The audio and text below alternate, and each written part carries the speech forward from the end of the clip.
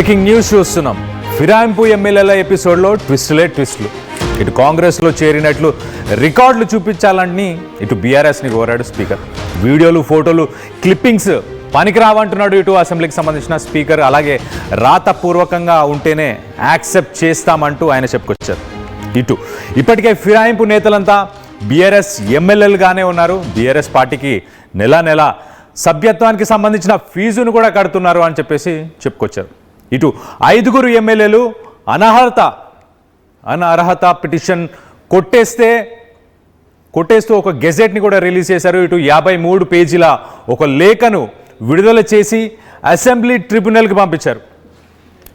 ఇటు రాజ్యాంగంలోని షెడ్యూల్ 10 ప్రకారం మొదటి పారాలో 1వ పాయింట్ ప్రకారం ఇటు ఎమ్మెల్యేలకు అనర్హతకు గురయ్యారని నిర్ధారించలేమంటూ చెప్పుకొచ్చారు. అలాగే ఇటు సుప్రీంకోర్టు గెజెట్ పంపిన సుప్రీంకోర్టుకు ఒక గెజెట్ని కూడా ఇటు స్పీకర్ కార్యాలయం నుంచి పంపించినట్టు తెలుస్తుంది. అలాగే కోర్టులోనే తేల్చుకుంటామని ఇటు బీఆర్ఎస్ కూడా ఒక స్టేట్మెంట్ ఇచ్చినట్టు తెలుస్తుంది. ఇంతకంటే దారుణం మరొకటి లేదంటూ ఇటు కేటీఆర్ కూడా దీనిపై స్పందించినట్టు తెలుస్తుంది. సో మొత్తం మీద రోజుకి కొత్త కథలు, కొత్త ట్విస్టులు అని చెప్పుకోవచ్చు. ఇటు బీఆర్ఎస్లోనే ఉన్నామంటూ ఇటు ఎమ్మెల్యేలు చెప్పుకొస్తున్నారు. కానీ బీఆర్ఎస్లో లేరు, బీఆర్ఎస్ కాంగ్రెస్ సభ్యత్వం తీసుకున్నారు అని చెప్పేసి ఇటు కేటీఆర్ కానీ బీఆర్ఎస్కి సంబంధించిన శ్రేణులు చెప్పుకొస్తున్నారు. కానీ వీడియోస్ కానీ, ఫొటోస్ కానీ, క్లిప్పింగ్స్ పనికిరావు. లిఖితపూర్వకంగా రిటర్న్ ఇటు పార్టీ యాక్సెప్ట్ చేసినట్టు, పార్టీ మెంబర్షిప్ తీసుకున్నట్టు రిటర్న్ డాక్యుమెంట్స్, అలాంటి ప్రూఫ్స్ ఏమైనా ఉంటే మాత్రం ప్రొవైడ్ చేయండి. ఇటు కాన్స్టిట్యూషన్లో అలాంటి వాటినే యాక్సెప్ట్ చేస్తాము అంటూ చెప్పి ఇటు స్పీకర్ అయితే సెన్సేషనల్ కామెంట్స్ చేశారు. అలాగే ఢిల్లీ సుప్రీంకోర్టుకి కూడా ఒక గెజెట్ని కూడా పంపించాం, 53 పేజీలకు సంబంధించిన ఒక గెజెట్ అని చెప్పేసి చెప్పుకొచ్చారు. సో ప్రస్తుతానికైతే ఒక 5 ఎమ్మెల్యేలకు సంబంధించి ఇలాంటి డెసిషన్ తీసుకున్నట్టు తెలుస్తుంది. దీనిపై స్పీకర్ ఒక అఫిడేవిట్ని కూడా ఇటు సుప్రీంకోర్టు పంపించినట్టు తెలుస్తుంది. దీనికి సంబంధించి ఒక లేటెస్ట్ అప్డేట్ తీసుకునే ప్రయత్నం కూడా చేద్దాం. ఇటు బీఆర్ఎస్ తరఫున ఇటు కేటీఆర్ స్పందించారు. కానీ ఇంకా బీఆర్ఎస్ ఎలాంటి స్టెప్ తీసుకోబోతుంది దీనికి సంబంధించి అనేది మా ప్రతినిధి మధు ఉన్నారు. మధుతో మాట్లాడి తెలుసుకునే ప్రయత్నం చేద్దాం. మధు, చెప్పండి, అసలు బీఆర్ఎస్ నెక్స్ట్ స్టెప్ ఏం ఉండబోతుంది?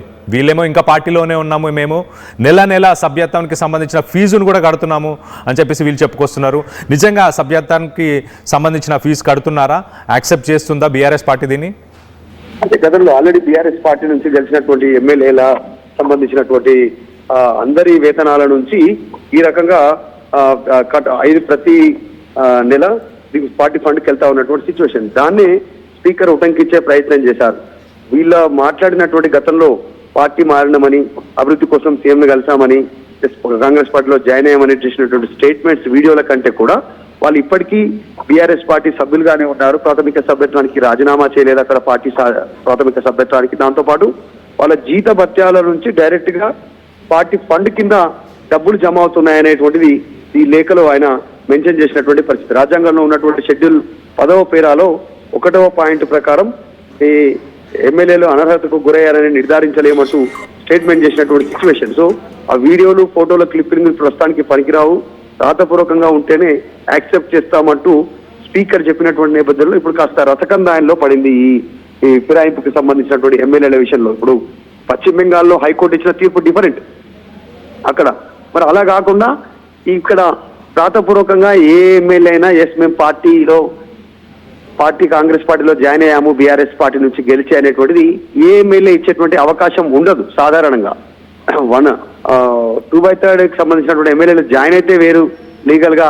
గతంలో బీఆర్ఎస్ అధికారంలో ఉన్నప్పుడు కాంగ్రెస్ పార్టీ ఎమ్మెల్యేలు చట్టబద్ధంగా విలీనమయ్యారనేటువంటి బీఆర్ఎస్ చెప్తా ఉంది. అప్పుడు విలీనం జరిగింది, పార్టీ నుంచి గెలిచినటువంటి వాళ్ళు వచ్చారు, కానీ చట్టబద్ధంగా సిఎల్పిని బీఆర్ఎస్ ఎల్పీలో విలీనం చేసుకున్నారు. కానీ ఇప్పుడు జరిగినటువంటి పరిస్థితి కేవలం 10 మందే పోయారు. ఇంకా పోవాలంటే మొత్తం ఇంకొక 16 మంది ఎమ్మెల్యేలు పోవాల్సినటువంటి సిచ్యువేషన్ ఉంది. కానీ ఆ పరిస్థితి ఇప్పటికిప్పుడు లేదు తెలంగాణలో కాంగ్రెస్ పార్టీలోకి వెళ్లే పరిస్థితి.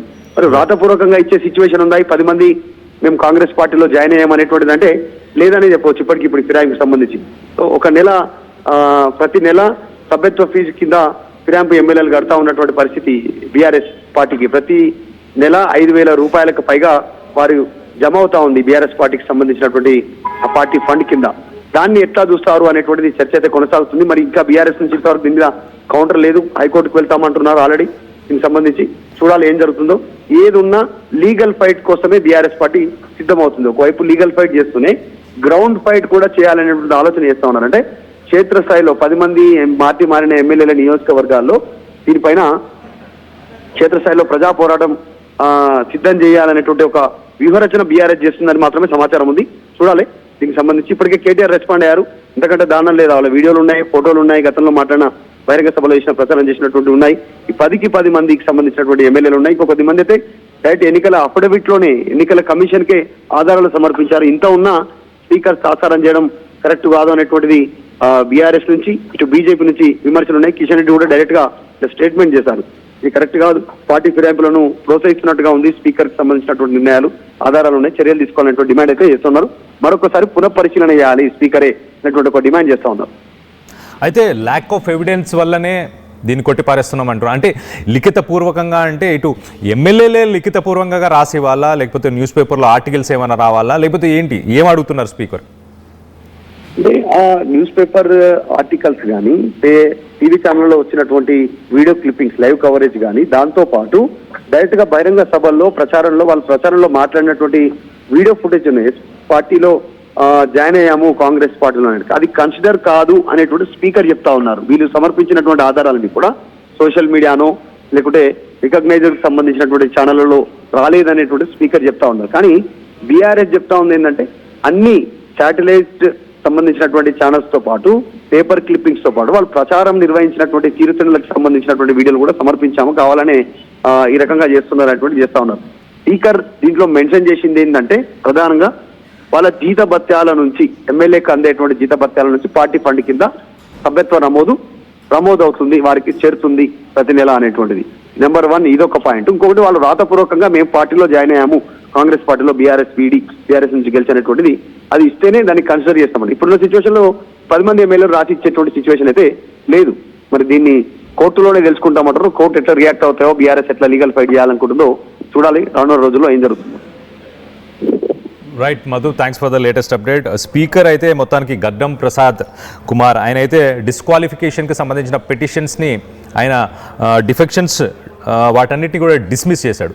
ఏంటి అంటే lack of evidence, return documents, అంటే ఇటు న్యూస్ పేపర్స్లో వచ్చిన ఆర్టికల్స్ కానీ లేకపోతే ఎలక్ట్రానిక్ మీడియాలో వాళ్ళు పాల్గొన్న వీడియోస్కి సంబంధించి ఆ వీడియోస్ కానీ ఇవన్నీ కూడా పనికిరావు, రిటర్న్ డాక్యుమెంట్స్ కావాలి.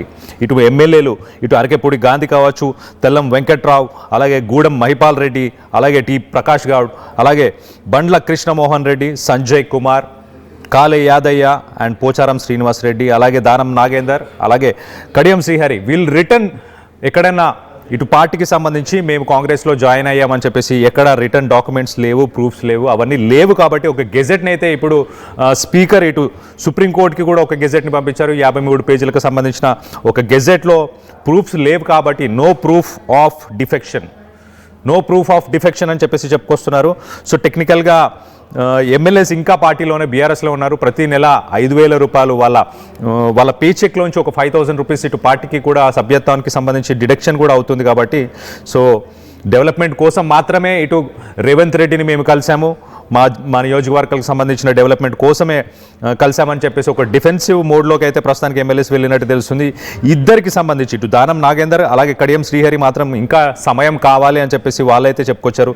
సో ఫర్దర్ నోటీస్ అంటే ఇంకొంచెం టైం తీసుకొని వాళ్ళు రెస్పాండ్ అయ్యే అవకాశం ఉన్నట్టు తెలుస్తుంది. ఇటు బీఆర్ఎస్ వర్కింగ్ ప్రెసిడెంట్ కేటీ రామారావు అయితే స్పీకర్ డెసిషన్ డెమోక్రసీని మాకరీ ఆఫ్ డెమోక్రసీ అంటూ చెప్పుకొచ్చారు. అలాగే ఒక క్రూయల్ జోక్ లాగా ఉంది. The party has announced it will challenge the speaker's dismissal in the Telangana హైకోర్టుకి వెళ్తామని ఇటు చెప్పుకొచ్చారు. అలాగే ఇటు బీజేపీకి సంబంధించిన నాయకులు కూడా దీనిపై స్పందించారు. దీన్ని ఎంకరేజ్ చేస్తున్నట్టు స్పీకర్ ఇచ్చిన స్టేట్మెంట్ ఉంది. స్పీకర్ ఇండైరెక్ట్గా డిఫెక్షన్స్ని ఆయన ఎంకరేజ్ చేస్తున్నారు అని చెప్పేసి ఇటు బీజేపీ కూడా స్పందించింది మొత్తం మీద. సో ఇంట్రెస్టింగ్ ట్విస్ట్ అని చెప్పుకోవచ్చు. ఒక రకంగా మేము ఇంకా పార్టీలోనే కంటిన్యూ అవుతున్నాం, ఓన్లీ డెవలప్మెంట్ కోసం మాత్రమే ఇటు సీఎంని కలిసాము, మా కాన్స్టిట్యుయెన్సీస్కి సంబంధించిన డెవలప్మెంట్ కోసం మాత్రమే అని చెప్పేసి ఇప్పుడు 5 ఎమ్మెల్యేలకు సంబంధించి ఒక గెజెట్ని అయితే ఇటు స్పీకర్ రిలీజ్ చేశారు. మరి నెక్స్ట్ ఇటు తెలంగాణ హైకోర్టుకి బీఆర్ఎస్ అప్రోచ్ అవ్వబోతుంది. అలాగే మరి బీజేపీ కూడా ఏమైనా ఇనిషియేటివ్ తీసుకోబోతుందా ఏంటి అనేది కొంత ఉత్కంఠం అయితే నెలకొంది. మొత్తం మీద మీరేమనుకుంటున్నారు? Defection of MLAs from party, వాళ్ళు ఒక పార్టీ టికెట్ మీద గెలిచి మరొక పార్టీకి వెళ్ళడాన్ని మీరు సమర్థిస్తున్నారా? వెళ్ళడానికి దానికి లీగల్గా ఎవరైనా డాక్యుమెంట్స్ని ప్రొవైడ్ చేయాల్సిన అవసరం ఉందా? జంపింగ్ ఎమ్మెల్యేస్ ఇటు వెస్ట్ బెంగాల్లో ఏదైతే తీర్పు వచ్చిందో అలాంటి తీర్పు తెలంగాణలో కూడా వస్తుందని మీరు అభిప్రాయపడుతున్నారా? దీనిపై మీ అభిప్రాయాలు ఏంటనేది కింద కామెంట్ రూపంలో తెలియపరచండి.